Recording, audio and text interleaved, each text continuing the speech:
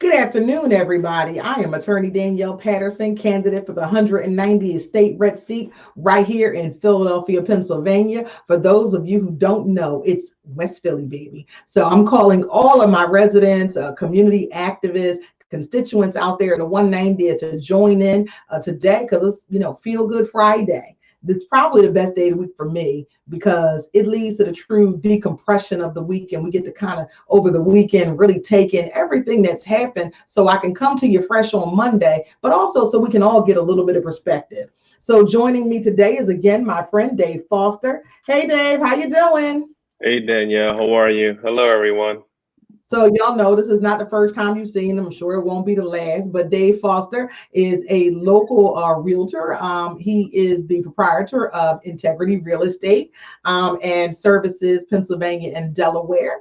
And he's who I go to when I have those real estate questions. As I told you, when I don't know, I make sure I find some experts, and Dave is definitely an expert. I agree. Well, I like that, and actually, I like the fact that he's willing to receive and accept that because so often, especially in our community, we aren't. Our answer is always to go find somebody else or ask somebody else. We kind of don't trust one another, but I truly trust Dave. And so you all can understand, I've been an attorney now for 20 years. And attorneys are actually automatically licensed in many jurisdictions, not in Pennsylvania, but in Pennsylvania, I could just go and take a real estate test and become a realtor. And if I pass it, the understanding is that I don't need a refresher course and all those kind of things. I've always thought that was ridiculous because I've always thought that was ridiculous. Um, I can just wake up and decide to be, I'm a real estate realtor now. Just as long as I make sure that I notify my malpractice insurance. That's the interesting thing, not the bar. I have to notify my malpractice insurance that I'm dabbling in real estate. So that tells you how complex it really can be.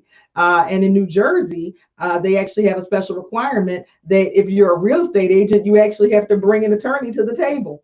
And Yes, they do. that's always real interesting. Because then folks come to me and they go, well, you're licensed in Jersey. I'm like, you really don't want me to come to your closing table. But I will find you some of those folks that really do that.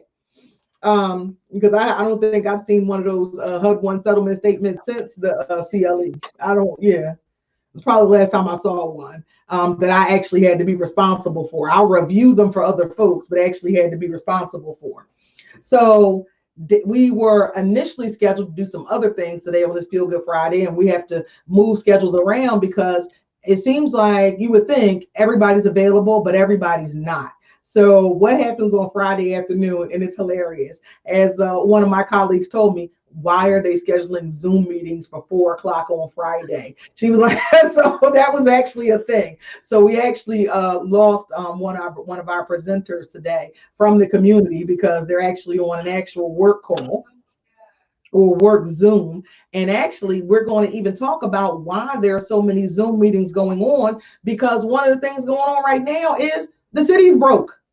Do any of you know that? The city is broke. So we were just actually starting to climb out of, at the city of Philadelphia, the deficit that we had from dating back to 2007, really. But they say it's from the recession of 2009 following the housing market collapse, which I'm sure David can tell you all about.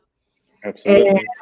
and now, don't forget, our school district back in 2008 and 2009, Philadelphia didn't govern its own schools. That was a part of the School Reform Commission. So now we're responsible for our schools again. And the very first thing that we say is that we're $2 billion behind where we need to be to fund our schools. So that is very, very interesting. But not only are we $2 billion behind what we need to fund our schools, our city is now looking at and on the verge of making cuts. And they're looking at a 20% decrease in employment for city workers. Hey, Bussy, I see you out there. Jackie Brunson, thank you so much for tuning in. So now here we are in I think it's day 41. That's what I'm gonna say, day 41, because I don't know which week it is, but it's day 41 of the pandemic as it's specifically stricken Philadelphia and our stay home orders from the governor. And just now, Philadelphia realized that everybody is not as essential as they thought they were. And I understand it. We want to keep people working. But who was determined to be an essential employee was actually determined by the supervisors. It was not, okay, everybody in these particular roles are mandatory or essential, and everybody else is not. So as a result, we have a lot of folks working from home that maybe aren't as necessary or as essential as some other people. And as a result of having such a big payroll of folks working from home, the answer is now they got to cut 20% across the board. So it's not just the folks now who were deemed essential, who may have been not as essential. Now every city job is up for grabs and being evaluated and assessed. And not only that, but then monies that actually had been designated are being reallocated. So example, y'all know we got an election coming up. I kind of really haven't talked too much about the election, but it was moved to June 2nd. If you recall, I think one of my very first lives was about the problem with moving forward with the election as was scheduled for April 28th, which would have been next week. And now it got moved to June 2nd. But one of the things that it got moved for was so they could do mail-in ballots. And so they could do more voter awareness. And so they could do a better get out to vote. And guess what? Guess what money it is that they want to take away from the city? Can you guess it? Schools? I don't know. Well, they always want to defund the schools, but the schools don't have any money. No, but there was actually money that was in the budget that was actually set aside for the fabulous Get Out to Vote all drive and for the commissioner's office at the city of Philadelphia. And now they want that money back. But we still have an election looming in 6 weeks. Not quite 6 weeks, as a matter of fact. So now what happens? We're going to talk about some voter suppression. We're going to talk about what happened in Wisconsin, and all that's going to be going on next week because that don't make anybody feel good, okay? Because what do we know? We know some poll workers from Wisconsin have not only contracted the disease, but they have died. We know that basically people's lives were put on the line to get out to exercise their right to vote. So not just the folks who made sure that those polls were open, but y'all, I'm sure y'all saw on the news, like somebody had to see it behind me, it's 20 people at least that I can see right now that are online with me. I know y'all saw them lines in Wisconsin and where they had that very historic Supreme Court race where they thought that the Republicans were going to be able to take that seat, and the Dems actually turned it because they had such a get out to vote drive. Remember, that's when they first wanted to do mail-in ballots. Did you see all of that on the news, Dave? With the lines? Absolutely. And those people were determined that they were not going to be not denied. They were going to exercise their right to vote. And what happened? Because they exercised their right to vote in the only means that was available to them, because at the last hour, the Republican-controlled Supreme Court then decided that it was Republican-controlled appointee. Let me get it correct. Because, the courts are bipartisan. The Republican-controlled appointed Republican Supreme Court determined that they would have to move forward, that they couldn't extend the time for ballots to arrive. So I need you all to understand what the issue was. The issue wasn't whether or not they could do mail-ins. According to, and we're going to talk all about this next week, we kind of are holding it until after what would have been the election on the 28th. But so what happened was they wanted them to be able to, no matter what time they got there, past a certain time, to have those votes counted. And instead, what the law was from the legislature was they had to be in by a certain date and time, which actually was before the election, to be counted to be a mail-in. Now, y'all know, let's see, what do we got going on? That we know the post office is broke, right? You know about that, right, Dave? Absolutely. So all we hear okay, so the post office is broke. We know the post office the workers didn't have PPE, and we know they're coming down sick. And so the question was, is it postmarked or not postmarked? Would it had to be arrived actually into the Bureau of Elections, or could it have been on its way? And so that's all voter suppression. And so that's what happened out in Wisconsin. And now here we are in Philadelphia. And so what do we find to cut? We find to cut our get out to vote drives and information. So doesn't matter, because I'm here to help bring that information to you, and along with all of my colleagues and our friends and our boots on the ground who've really been working to make sure this election is known. And so that's something that I feel good about on this Friday. What you feel good about today, Dave? I feel good about this rain.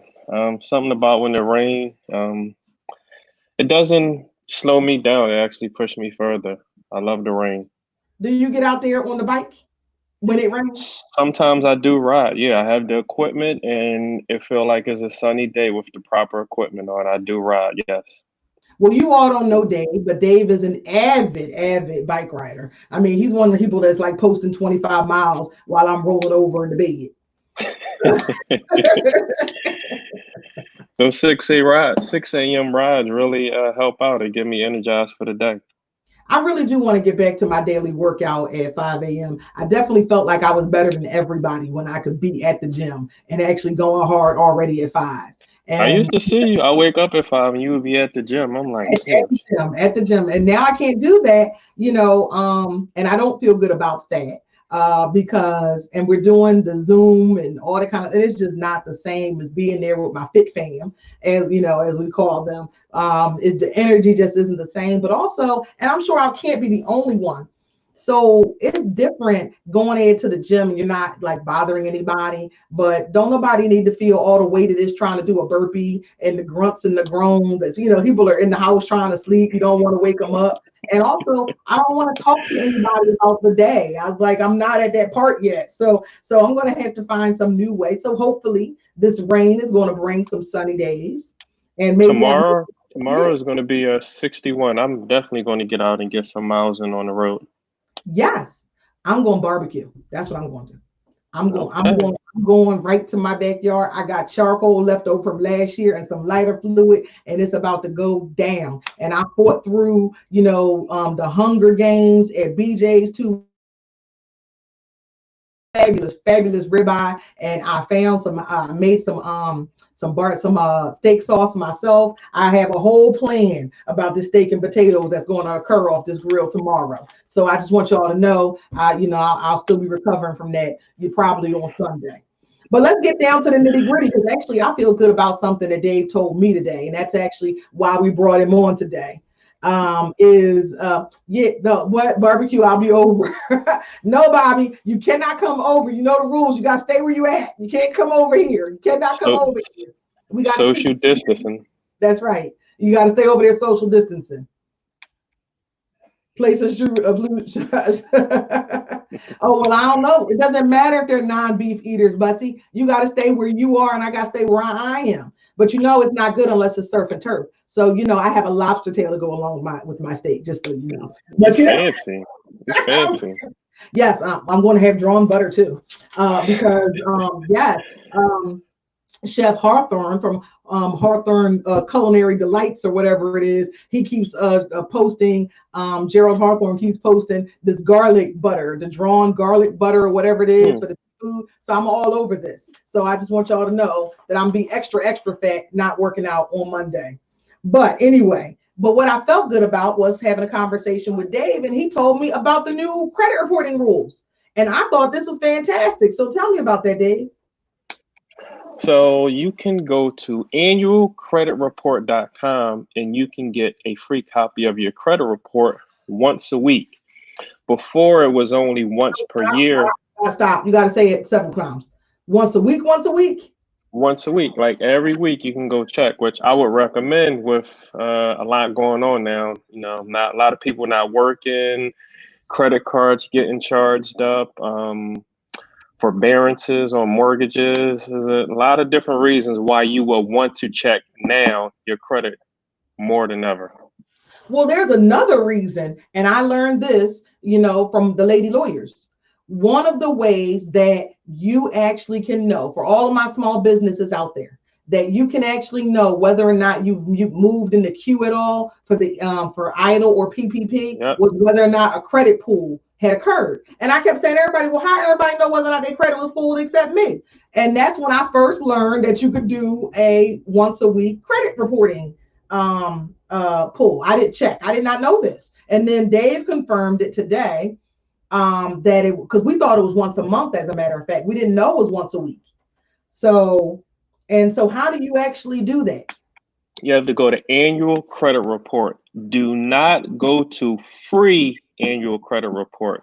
The website is annualcreditreport.com. Okay. And let me see if I spelled it right, because I can't see. Somebody, I think it's Annualcreditreport.com. wait a minute, that's the answer. Somebody check it for me, because I think I did. Annualcreditreport.com. Make sure you don't go to free annualcreditreport.com, because I've actually made that mistake before. Mm-hmm. And it was like, Yep. this doesn't even look like the same website. The interfaces don't look the same, but they will take you to the part where you have to pay. Mm-hmm. And is it from Yep. just one agency, one bureau? No, you're going to get it from all three. What I'm telling people is that when you go, they're going to ask you security questions like in 1992, you may had a maximum. Who was the financing with? You have to answer them questions correctly. If not, you will be locked out and you'll have to go to the next credit bureau to get your report. And also try to be in front of a computer that you can print out your report to have it, to look at it when you first start off. So wait a minute, you want people to actually have a printer? Because this is the thing. I have a lot of people who I send there and they say, "Oh, I got it," and they looking at it on a phone, and I'm like, "Well, I'm helping people out when they're trying to buy a house. I need your report," and they're like, "Well, you can't look at these screenshots." So that's why I always recommend try to be in front of a computer that you can print it out, so at least we can look at it, instead of me looking at screenshots. You asking for a lot. I'm gonna tell you how bad I am. I'm gonna tell you y'all ain't alone, okay? Today I was talking to my banker and he was like, yeah, he said, just print it out, sign it. I was like, you want me to do what? I was like, you don't have a DocuSign? You don't do virtual, like you want me to actually find paper? Step one, my printer ran out of ink on day 2 of quarantine. And then it was back ordered because Staples wasn't doing Staples.com, so I had to find it on Amazon because y'all know I don't have no new printer. And then I had to make sure I got the right one. It was a whole hot mess. So Dave said you got to actually print stuff out. So you have if you're using it to try to work on something, I mean, that's the best thing I could tell you. Screenshots are not the best way if you're trying to work on your credit or things like that. Now, if you're just checking for your SBA loan, you can see that all three of them checked your credit, and usually after that, you should be receiving your funds. Okay. And also I have to tell them that not only did I get it from the lady lawyers, but then actually Shauna Collins, who's been with us previously from La Petite Tax Dame, she actually called me to tell me this. And the irony was, I posted about something else. I said, now look, all this brilliance I have on my timeline, I know somebody here works for the SBA. Now, the interesting thing was nobody's willing to tell me they work there online, but my inbox blew up. And they said, and they were silent and were like, we don't want anybody to know we work. But I was like, I wasn't even being upset. I was trying to understand something to explain to somebody else. They're like, look, I don't want anybody to know. So, because then my it really will blow up. But that's because, and I know y'all have seen how the public has been bamboozled, and we got bamboozled again yesterday. We're gonna come back and talk about this 500 additional $1 billion that they passed, only 60 billion of which is guaranteed to go to small local lenders, credit unions, and minority-based businesses. There was actually a set aside this time. There was not a set aside the first time. But I can tell you, if they didn't do a set aside the first time on the 350 billion and we got less than 0.03%, that time around, doing a set aside means that we won't get any of the 500 billion. We're all going to be fighting over the $60 billion. That's generally what happens. And they do that with people of color, women, all the time. The first thing they do is they'll tell us, oh, we have this minority program, so all the minorities go into it. And let me tell you how I know. I'm going to give you a personal story. I received a college scholarship. It was a full scholarship. It was, I'm not going to go into the details of all of that. But they only give out one of this scholarship that was room, board, books, tuition fees, even transportation back and forth to the school. But they give out 5 achievement scholarships, which are for people of color or people from economically depressed areas, or specifically people that were in an economically depressed area that was designated to that college. Well, I actually fit all of the criteria for the designated scholarship. I received the primary scholarship, which everybody was qualified for, like anybody could apply for. Financial aid, and the dean actually, the answer was, well, since you got that one, and anybody could get that one, but you could get this one over here, we're going to take you out of that one and put you over here to this other scholarship, so that we could make that one scholarship available to the other people. You know who the other people were, right? The ones who were not eligible to get the achievement scholarship set aside for the minorities. Get it right. So so that means y'all know who the other people were, right? And I actually had to file a lawsuit against my school so I could keep my scholarship. And their answer was, it didn't make a difference because the same amount of money. No, the prestige of the scholarships were different. And why is it that it got to be that because I could get the other scholarship, I had to take the other scholarship? And I'm gonna give y'all another example. Back when I actually used to watch this trash, The Apprentice. Let me tell you when I stopped watching it, because we finally had a black man that won. I can't remember his name right now, if it escapes me. A black man that won. And there was a white woman who was his competitor at the final thing. And he said something that was brilliant, because Donald Trump's answer was, well, she did really good too. Let's give it to both of them. And he said, I'm sorry, sir. Y'all said it was The Apprentice, not The Apprentice. I worked hard to be the one, not one of many. And he won it, but he didn't get all the great things that went along at The Apprentice that the other folks who had won got. Meaning it was not a career trajectory for him. He didn't get additional financing for his business. He didn't get any of those things. So y'all can go back and look at the only black man to ever win The Apprentice, because his name was Randall. That's it. It was Randall. Thank you. Thank you. Yeah, and so he didn't get all those things. And he went to Penn, right? He wasn't from this area or something? Yep, I think so. Yep, and Zahara. They'll do anything to try and hold it back. Exactly. So now we down to just the 60 billion, and instead they give us 60 billion in loans, when what we advocated for specifically was for grant programs. And Dave, I'm sure you can explain to the folks what's the difference between a grant program and a loan program, because Dave is who you go see if you want one of these fabulous housing grants.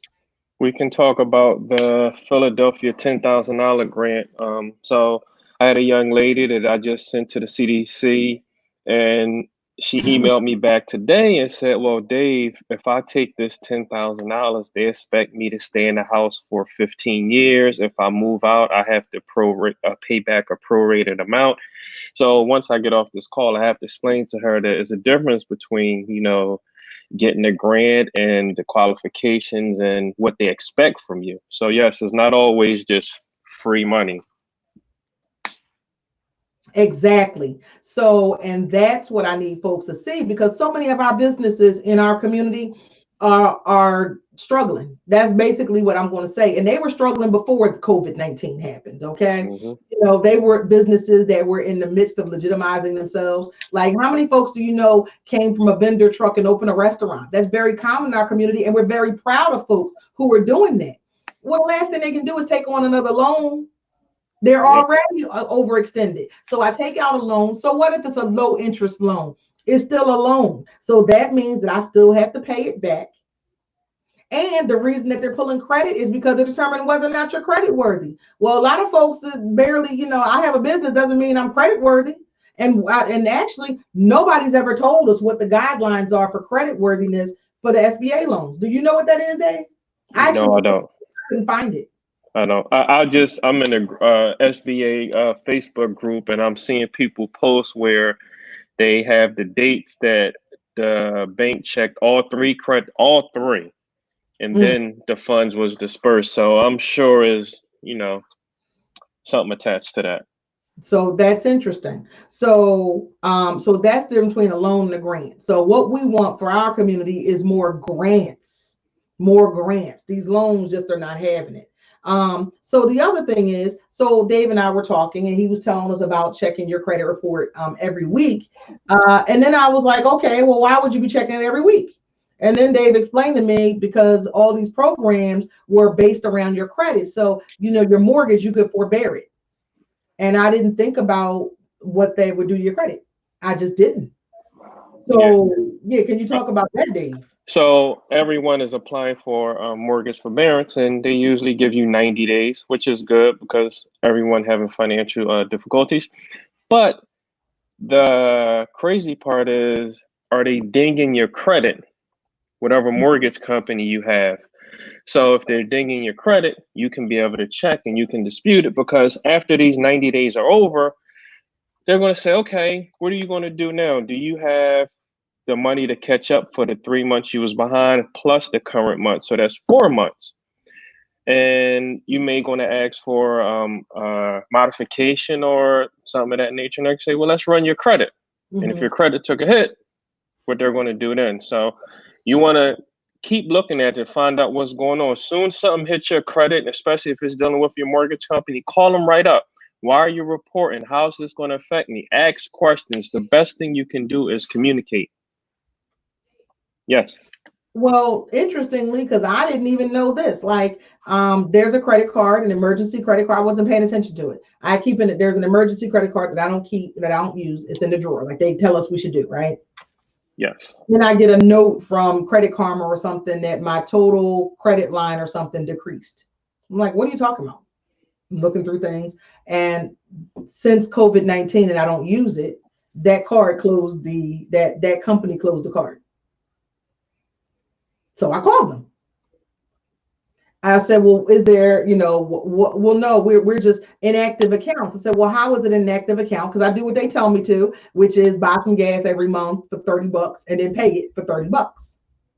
Well, the fear right now, and I saw this with clients in 2008 and 2009, 2010, and had to sue 4 clients. So what the credit card companies were doing was, you have a card, you don't use it, let's lower the credit limit or stop it, because God forbid you start using that to float your mortgage, or you're using it to float your insurance or your health insurance or whatever, because you're trying to float money, because they don't want to lose in the long run, because don't forget that it's unsecured debt. So instead, what they were advocating for was lines of credit that were attached to property. Lienable Yep. assets. So something that they can take from you later.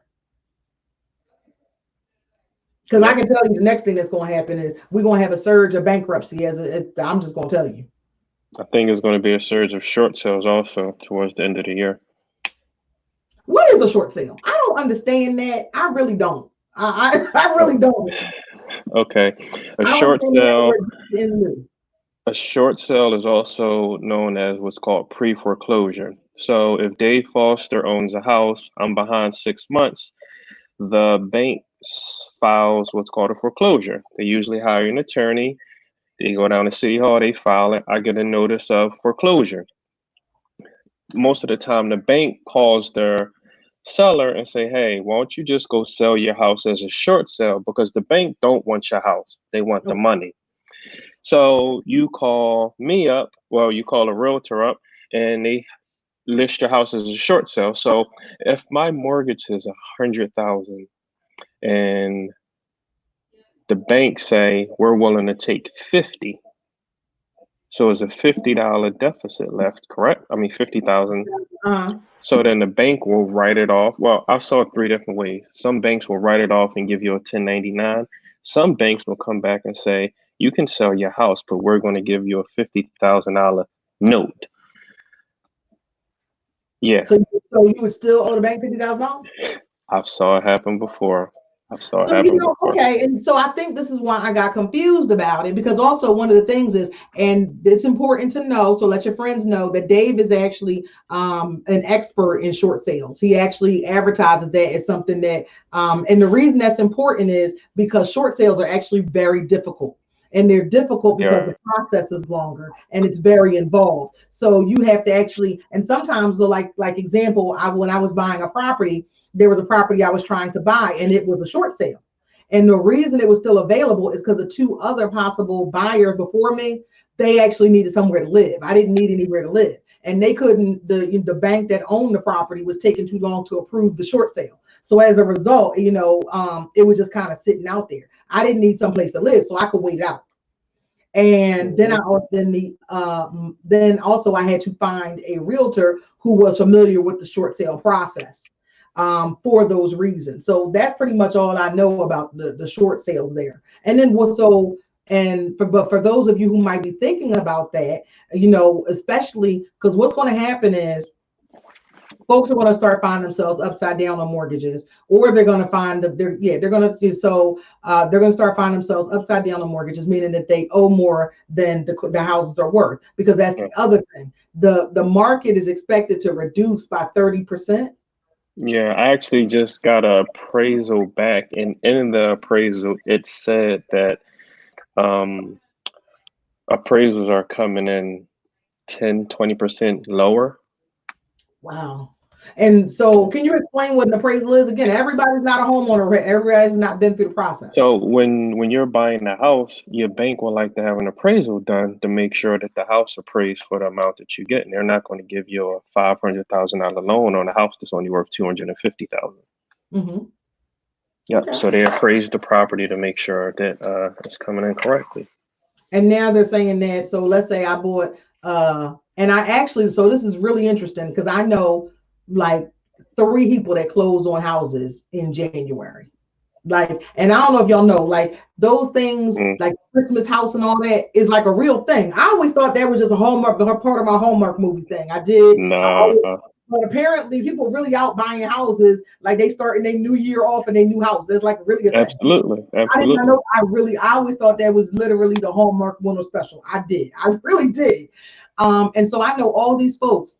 I know 3 different people that I can think of who purchased their houses in January, moved into them, or who broke ground. They entered into new construction contracts in December or January, and now they're having problems. Those folks on the new construction contracts because the houses are not appraising at the same thing, and now the banks don't want to close on those. So because it all Hmm. sounds fine and good to build new construction, but apparently the loan process is like very complex. Yes, it Um, is.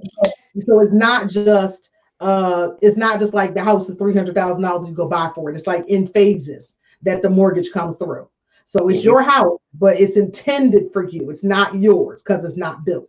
It's not a real property as it.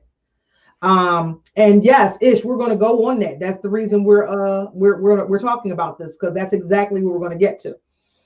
So anyway, so now what's happening is the mortgage rates went down. So those same people wanted to start talking about refining, or folks who Hmm. bought like last summer and they're finding out their houses are worth 20-25% less than they were just a month ago. Yep. Yeah, Got to know that when to hold and when to fold. that's definitely a hard hit to take and hard news to hear. And yes, so Ish says, is it a good time to get my credit fixed if I foreclosed in 2017? So this is the reason that we're talking about this. So it's not just if you foreclose or you were foreclosed upon, basically in 2017. It's more like this is a good time to get your credit fixed. Period. Yes, it is. So That's why we talked about this. Check your credit. Start working on whatever's on here. I tell people a lot with credit is about how hard you're willing to work, not just can it be fixed. Of course it can be fixed. It's just how hard are you willing to work. And if it was in 2017, I think the only thing that's holding you back is your credit. One of the things I always tell people, if you sell your house as a short sale, the next 2 years, if you have no late and you pay everything off, you can buy another house. oh, that's good. 24 months. So this is interesting because one of those things that I learned early on in my career that I totally, because again, I've never understood bankruptcy. It was like because all I was told was don't go bankrupt. That was pretty much the extent of financial planning in my family. Okay, don't go bankrupt. That's it. Don't go bankrupt. So not understanding bankruptcy as a reallocation of assets, as a reallocation of debt, and all those kind of things I learned in law school. Because even then, that was something for billionaires that was beyond me, so I wasn't worried about that. But then, as I started seeing applied to just regular everyday folks, especially because of medical bills, a lot of people were declaring bankruptcy because of medical bills in the early 2000s. And I didn't know. I thought once you went bankrupt, that was it. You were just like the black mark on you, and you could like never live again. Like you, seriously, Hmm. I really thought so. So now I really thought so. I had no idea. And then so I actually have someone who declared bankruptcy and then had a 780 credit score. I'm like, well, how you do that? Like 6 months later, I was so confused. 6 months after it was discharged. And then I was like, she was sitting down home. She's like, oh, yes, I get credit card offers all the time. What? Aren't you bankrupt? So I mean, I didn't see. This is how I'm telling you that just because you get a degree and it doesn't mean you know everything about it. Because I had no idea that I really thought that it was like a scarlet letter on your chest and it's just get out of here. You can never own anything ever again in life. One of the games that I see people play a lot when it comes to short sales or share sales. So someone told them that they can go hire a lawyer and file for bankruptcy. And that may slow the process down. But what I see always happen is once you go through it, so let's say if your mortgage was $500 a month. Well, if they put everything on arrears, you still have to pay the $500, but they still going to add in like another $100 to $200 because you got to catch up on what's behind, correct? Yes. Well, if you couldn't pay the $500, what makes you think you can pay $600 or $700? So you're usually right back in the same place. But I mean, seriously, especially under ARP, was it ARP? It was RMA. Yeah. That's it. No. The thing under Obama. I know it's when you're talking about. Because I didn't turn it into ARP, AARP. That ain't right. Is it HARP? No. HARP? The HARP program. The HARP. I'm like, wait a minute, I turned it into because I'm getting close to AARP because as soon as you get 40, they start sending you notices. They do. They be ready. Like, so join our membership. But anyway, under the HARP program, so there are folks who still dealing with they foreclosure from 2009 and 2020. They just kept putting it off and putting it off and renegotiating it, and then there were all these terms that went along with it. And then they restructure it. And so what I saw was, and one of the biggest states where this happened, there's actually litigation about it, was New Jersey, because in New Jersey the taxes were so high. So it wasn't about it wasn't about the houses that people couldn't afford the taxes. And as long as they were acting, the homeowner were acting under HARP, the townships couldn't foreclose because of taxes. Did you know that? That was interesting. Yep. So as a result, you had all these folks who were entering these programs. So, and what the plan was, in especially North Jersey, where property values are higher, right outside of New York. So they held on to them long enough to be able to actually sell them for millions because they're right outside of New York. So they were actually able to stay in them long enough to see the houses appreciate, never pay the taxes, and then move somewhere else. I was like, nah, ain't this, everybody's smarter than me, I swear. It's you gotta Gorgeous T Loves wants you to know it's great information. To thank you, Dave. Thank you. Yes. Oh, wow. Okay. So this is interesting. Is bankruptcy a good idea? And the answer is it depends on your situation. Yeah. There is no blanket statement answer to that. It really depends on your situation and what you're trying to accomplish with the bankruptcy. So if it's, straight, you don't own a house and you just need to discharge debt, that actually might be a good thing for you. But I wouldn't even tell you to do it if it's a little bit of debt. I mean, really, I would tell you to see an attorney. And also, it's not as easy as it was before. Because again, pre-HARP, you could just declare bankruptcy. Now you actually have to go through credit counseling for all of them. Isn't that right? All of them. No matter what kind you want to declare, you have to go through credit counseling now, right? Yeah, yep. Before you had to do that, you could just be like, all right, I want to declare bankruptcy. I went to an attorney and that's that. Now, and they can assess what your debt to income ratio is. But the other thing is, what you want to do is make sure that the kind of debt that you're trying to discharge is dischargeable debt. And the reason I say that is because the number one thing that people want to actually discharge is student loans. And they're not dischargeable at all. So let me tell you why they changed the student loan law. And it's because of lawyers. I'm gonna just be honest. So I'm dead because I was a little salty because they changed this right before I went, right before I went to law school. But what they used to do was, so Dave is a lawyer and Danielle's a lawyer, or Dave is a doctor and Danielle's a lawyer, right? So Dr. Dave now has $200,000 of student loan debt. but he's just a resident making $20,000 a year, because that's what residents make, right? So while he's just a resident making $20,000 a year, Dave come to see his friend Danyl, because it only took me 3 years to make it through law school, but take you 7 years to make it through medical school. So Dr. Dave comes see Danyl, and Danyl just does a bankruptcy for her friend, and got rid of student loan debt. And then Dr. Dave gets his $1 million contract with Hospital X, and he's student loan debt free. And they were like, no, we're not doing that. And then with the lawyers, so of course, I graduated with 200 other lawyers. So literally the lawyers were just declaring bankruptcy for each other. So it's like, all right, we graduated. Can you declare bankruptcy for me? I'll declare bankruptcy for you. Okay, here you go. And then they were off on their career.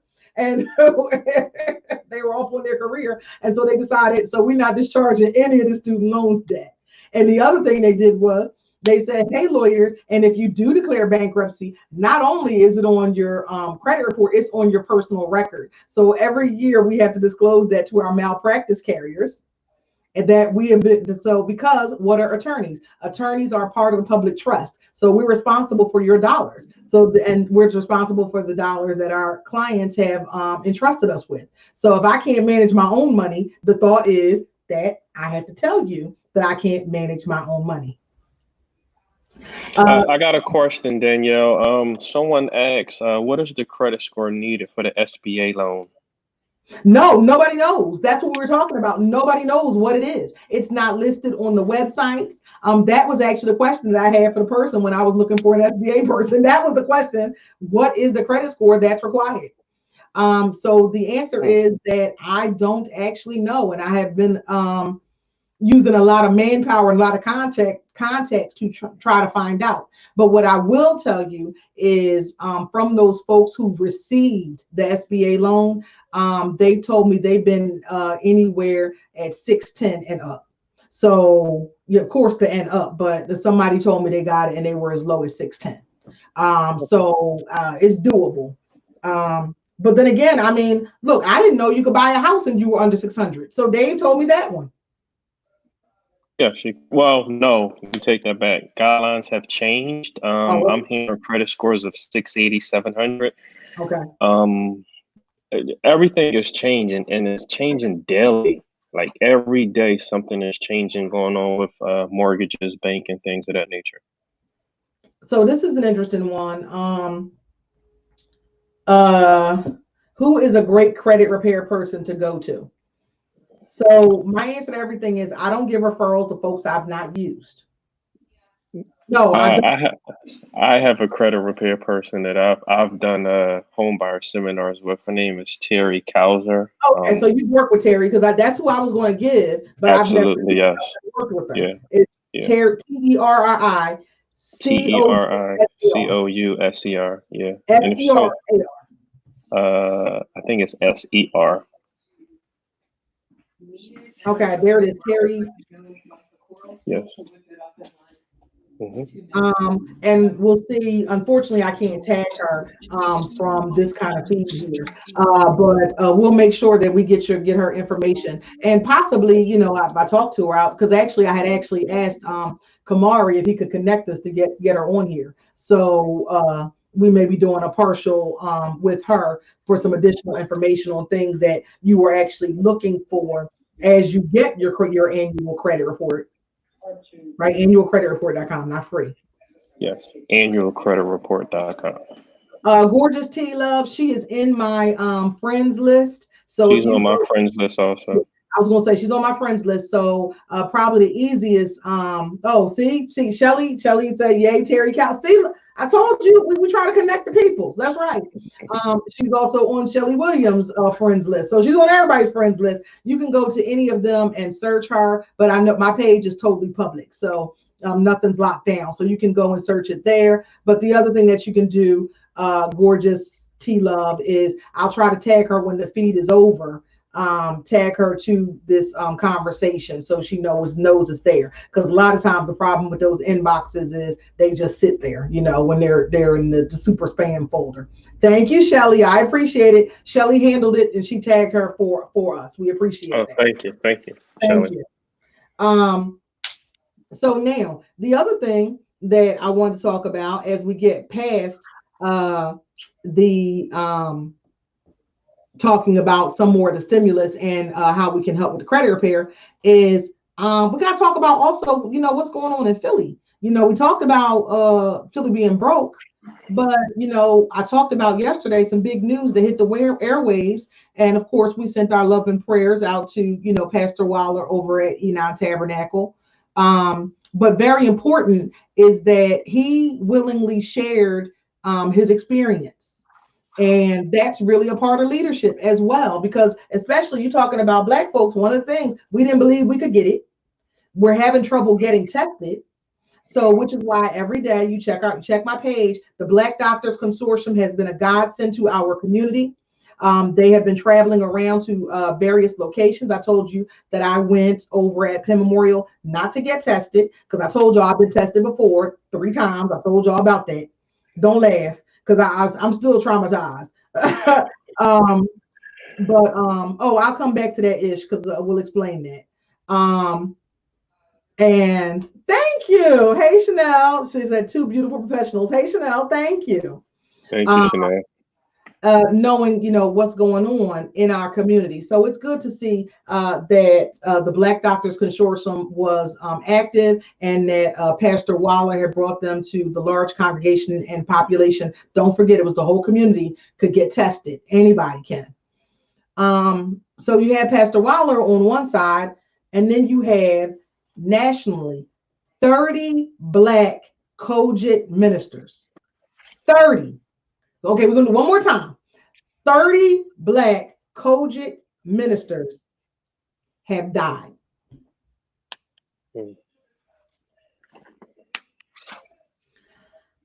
30. And nationwide.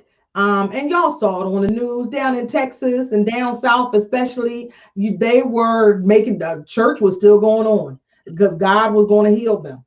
God was going to protect them. And then Easter Sunday, Pastor Lusk was going to have services, and he got talked off the ledge.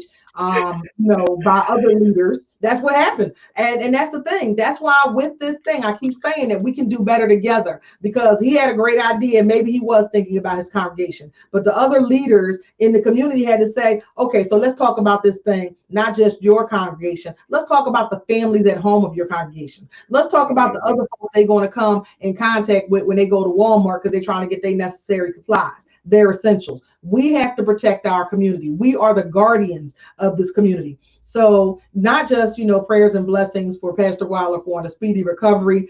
Prayers and, thank you for being a leader in our community and making this an option and sharing your story. And I just can't say that enough, because I think that it had a real impact on our community. I saw people talking about it who had not talked about it before in some different settings and some different means, maybe who didn't see it as something that our community need to worry about, or they didn't think it was jaded information.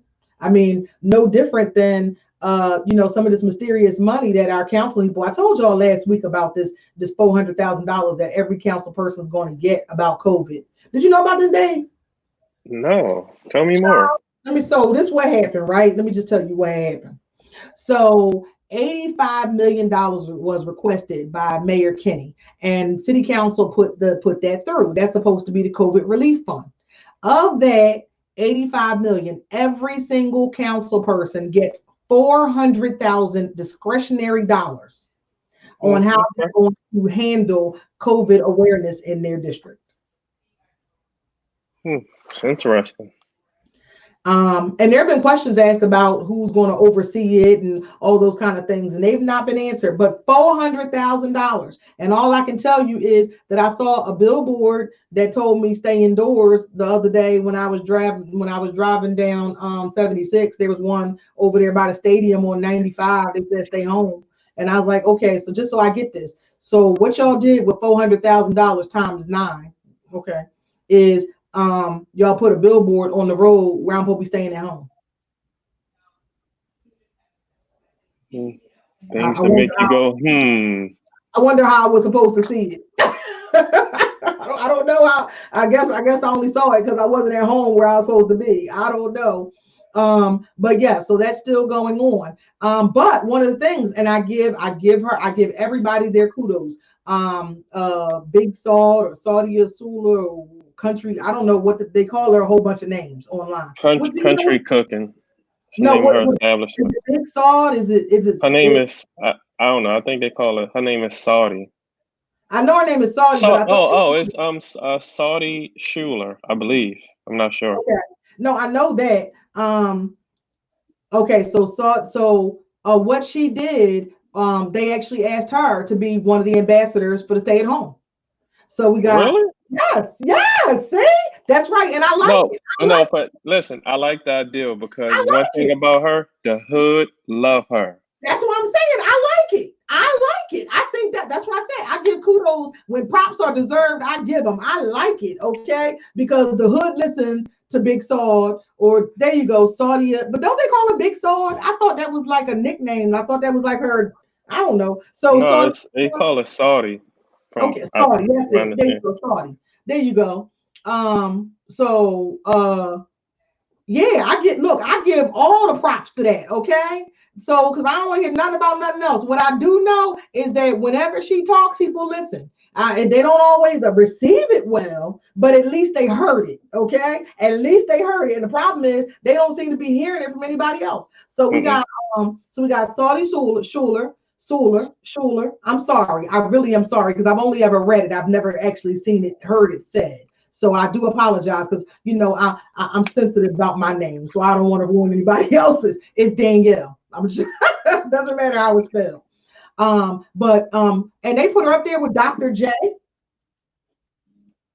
Really? Dr. J, that's the other ambassador. That's big Wow, time. Saw this big time. She up there, her and Dr. J are the ambassadors to the city for Stay Home. that's awesome. That's awesome.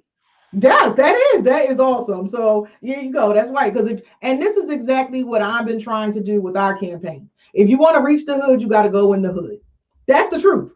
You can't, that you got to be willing to knock on doors, call them on the phone. You got to meet the people where they are. And she has been a master of that. And I think it's fabulous that she received her kudos and somebody reached out to her to make this something because if not, and the other thing that we know about her, if she's nothing else, you can't if you agree with the macaroni and cheese or you don't agree with it, or if you think the food is good or you don't think the food is good, you cannot. Or if you think she should have had the kid in line, she shouldn't have had the kid in line. I don't know, but we know this: Saud loves the community.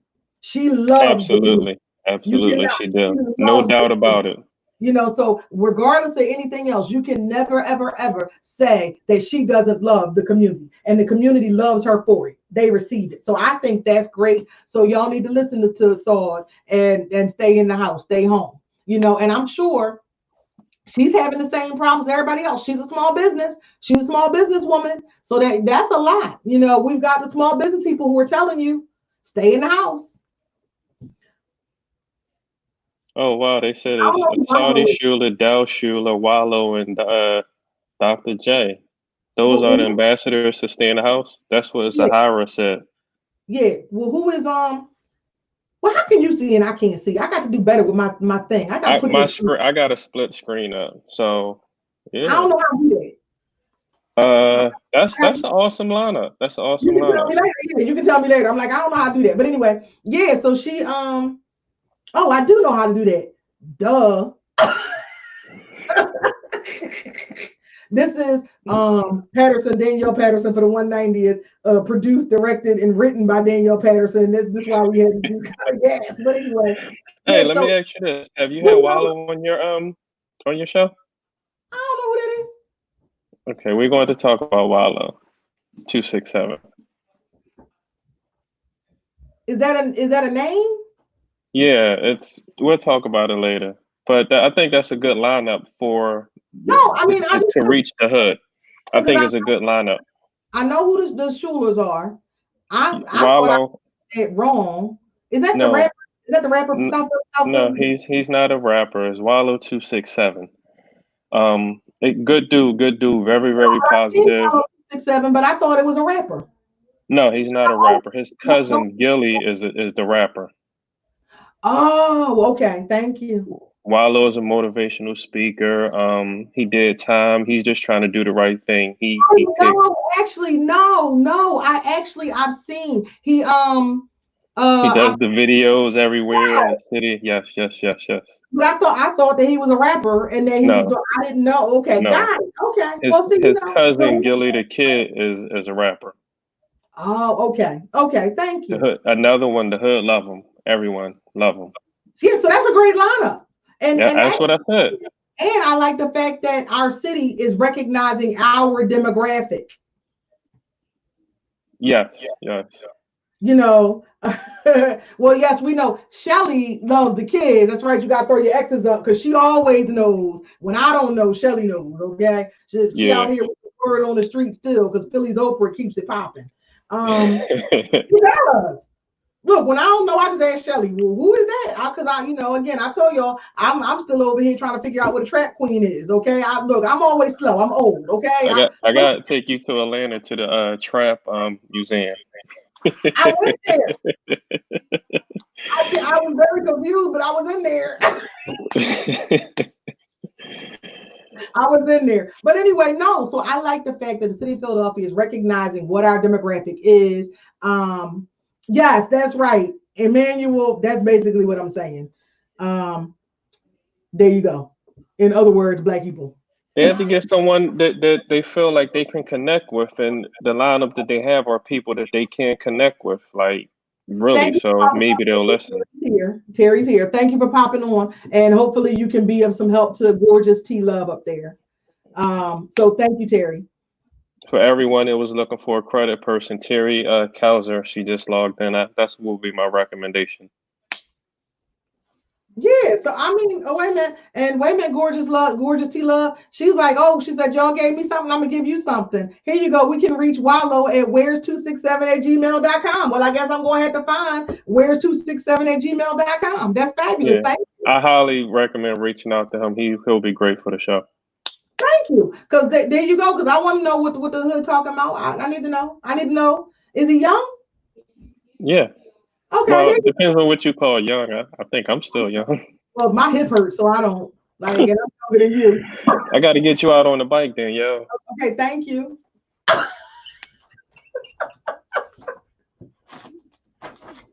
My package just arrived because yes, I order useless things from Amazon as well during quarantine.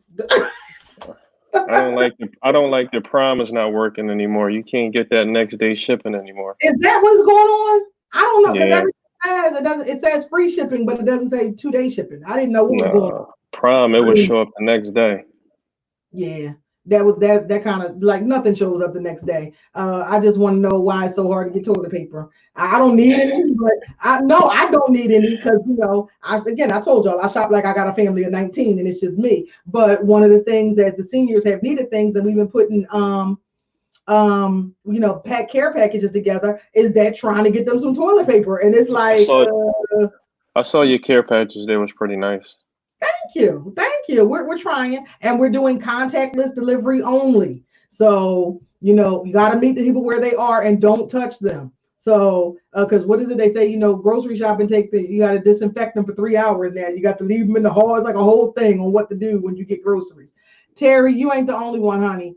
I use Amazon during quarantine. Everybody uses Amazon. It's just like, and the things that I have bought. I don't even know why I'm buying this stuff. Like everything seems like a very good idea. Like everything. I've been using uh Instacart, but everyone using Instacart now, and you can never get a slot to get the Well, I was food gonna say I've delivered. been using Instacart for years because our friend Kelly Jenneret turned me on to them, I love and it. yeah, she turned me on to it, and now you can't get a slot. You can't. It's like okay, so and I'm like, you mean I have to be like everybody else and go in the store? Like I don't understand. Y'all don't see me. It's traumatic. I don't know. It's traumatic. But I still feel good on this Friday, and I hope you do too. Thank you so much for joining us, Dave. We hope this is good information. Well, now I have to find out about Wallow 267 a little bit more than what I just know from the videos that pop up on my timeline. Because again, we need to know what's going on in the neighborhood. Oh, I have to remind you, next week, I need to know I need to know, do you know any folks graduating school, move up days?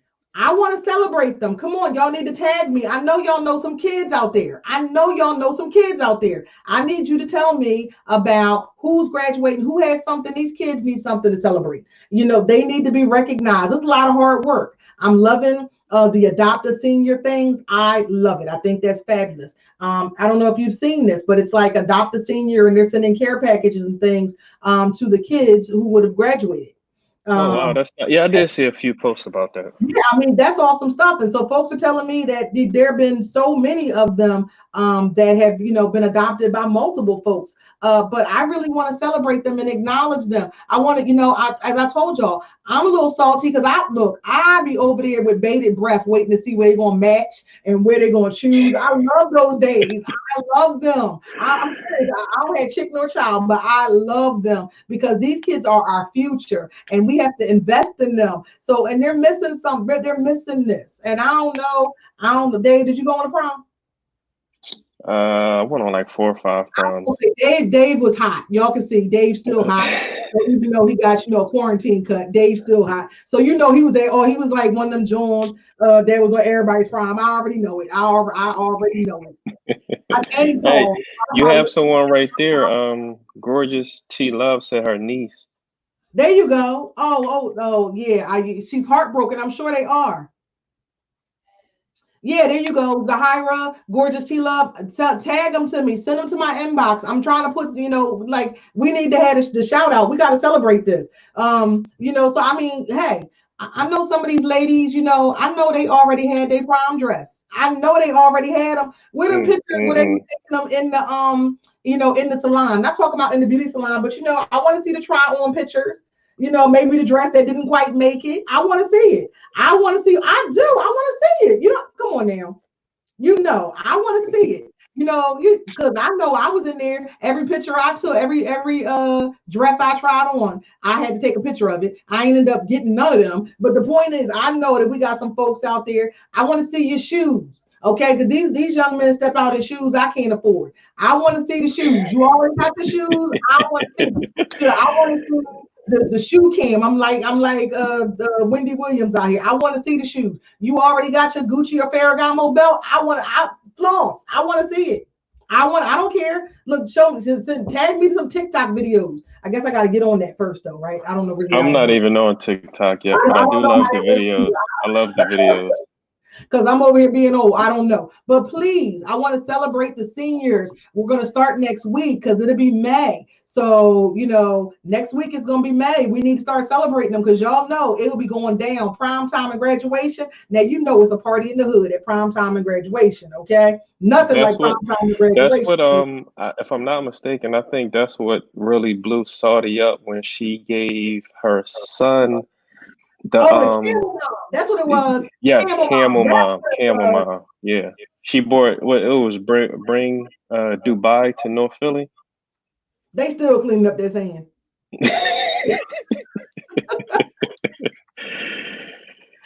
But anyway, so get them to us. So let's celebrate them next Feel Good Friday.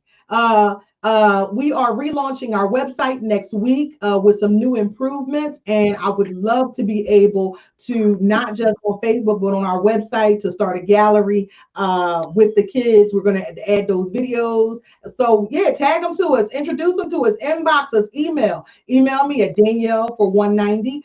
Danyl, Danyl, 4190 @gmail.com. Call us 267-291-4702. Inbox us. You're on this live. You know where you can find us. And where can they reach you, Dave? They can reach me at my phone number, which is 215-779-2862. I'm on all social media platforms, I believe.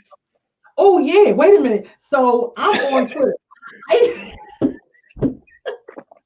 I gotta start tagging that stuff because I've been on Twitter since I've been on Facebook, so it's been since 2008. But I just learned how to use Twitter last week, and so I'm gonna just back up. And we officially over time, but I gotta tell y'all how I learned how to use Twitter because I am now a Twitter expert. You may not know this.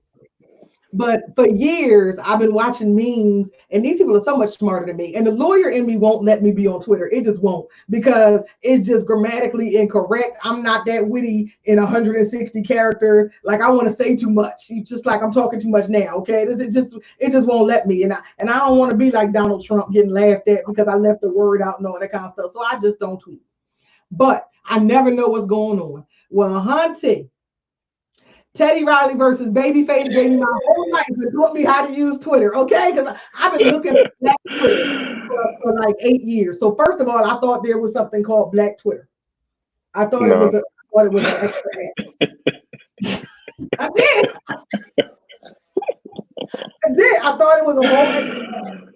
See, I can tell y'all this, okay? Because I'm not old, but I think I might be mentally or emotionally old. I don't know. I'm like not with it, because But anyway, I thought Black Twitter was a whole separate app. So I was like looking. I'd be on on Apple Store, looking in the App Store, looking for Black Twitter. Couldn't find it. I said, well, they just discriminate against me. They don't want me. I'm not Black enough. And they always got all the smart things to say. And then, but then you would see it on the news even. Oh, well, Black Twitter had a lot to say about that. Like, dang, where is this Black Twitter? Still looking for it, can't find it. I found Black Twitter because of Teddy Riley and Babyface. Wait a minute, I did. I was like, oh, I learned all about trending. I didn't know about that. I was like, whoa. I was like, oh, now I know about trending and top stories. And I learned how, and then I learned about IG stories, because somebody like on their Twitter, they was like, this weekend has been days like the last 24 hours, 3 things happened. One of them was political, but that ain't important. But the stuff that was important was, I forgot what political. The second thing was Babyface versus Teddy Riley, and then the third thing was they said we went from we went from bad to ghetto to hot mess. Because when on Saturday, when Babyface versus Twitter didn't versus Teddy Riley wouldn't work, then they said they went over to Blueface. So apparently I learned about Blueface and Hood Ratchet and Ghetto Messes. I'm trying to tell you, I might have been on social media for 5 hours just going, this is how this works. So now I understand hashtags. I never understood hashtags, Shelly Williams. Shelly Williams trying to teach me about a hashtag forever. I was just making them up. I didn't know they actually were supposed to correlate to something. Did you know that? Mm-hmm. Yeah. Hashtags make you a lot of money. You get the right hashtags because it come up in everyone else's feed. I didn't know this, but because of Teddy Riley versus Babyface, see, I wasn't like them. What is it? They got 18 kids between them, and none of them teach them how to use Instagram. See, I learned everything. Okay, so I didn't know that. Well, somebody told me that. See, because it was trending. It was one of the comments. Because then I had to understand. Because then they was talking about drunk Toni Braxton. They was like she was on one. Oh yeah, you got to go back to the feed Toni Braxton and follow her because it was going down. So I just want y'all to know that I had a lot to feel good about last weekend because I was hipping with it. Hey, but one of the things that was really interesting, it was a good battle, technical difficulties and all of that. But one thing that really made me think, why did Teddy Riley have all of them people around him when we supposed to be social distancing? Well, that's what they was talking about on Black Twitter. And then he did make a video about the guy that was his hype man, about he's supposed to be like a real prominent guy in the music industry or something. Yeah. But what was really funny was that when it came back on Monday, first of all, can I say, okay, so now y'all know I'm old. I told you my hip hurt. So on Saturday night, I was ready. I had my French connection. I had ordered from the liquor store. I was ready. I was ready. I ain't gonna lie like I wasn't. I had my Grand Marnier. I had a bottle of white Hennessy that was left over from the cruise last year, and so you mix them together, and that's called the French Connection. I was ready, so I had some brown liquor. I was ready. I'm gonna watch the thing, okay? And then it crashed, and then now y'all had me staying up all late. That was me getting ready. And on Saturday night, we made it date night. I put my good wig on and actually put on clothes and everything.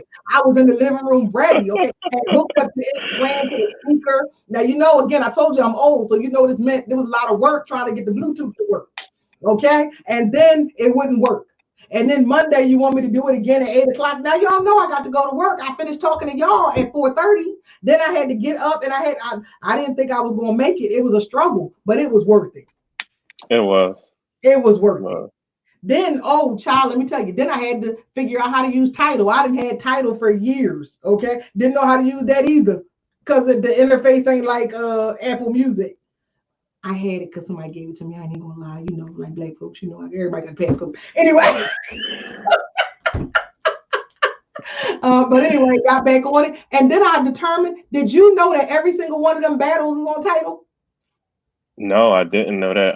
They're on YouTube. I know that. I didn't know they was on Title. Y'all know I don't know how to use YouTube, but anyway, every single one of them battles. So then I was battle happy on whatever day I came to the city and saw all the graffiti. When I was riding around in the city, like I was like, okay, let me go, you know, out of West Philly and actually go down Center City and see what's going on. So I'm in the city because that was when the stuff erupted about SEPTA and the condition, working conditions. So when I went down Center City to go see what was going on, and saw all the graffiti. But anyway, so that was the day I learned about all the battles are on there. So you can see the T-Pain versus Little John, the RZA versus DJ Premier. I saw Timberland versus Scott Storch. I think that it was Timberland. Timberland was versus Swiss Beats, and then it was Manny Fresh against Scott I Storch. don't know who either one of those people are, but I knew all the music. So that's the important thing. See, so what will I learn this weekend? Y'all just going to have to tune, and I'm gonna tell you what I'm gonna learn. I'm gonna learn that lobster and steak is very, very filling and will put you to sleep. What you gonna learn this weekend, Dave? I'm trying to get out and do a 50-mile bike ride tomorrow in a 61-degree weather. Okay, goodbye, Dave. Okay. We don't care about that, Dave. Okay.